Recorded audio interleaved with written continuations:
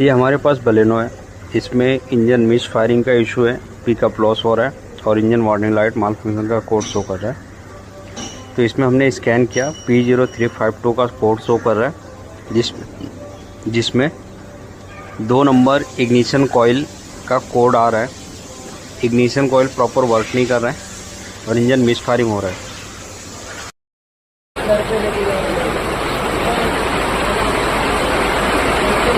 DTC code बता रहा है, इंजन वाइब्रेशन कर रहा है, मिस फायरिंग कर रहा है। ओके।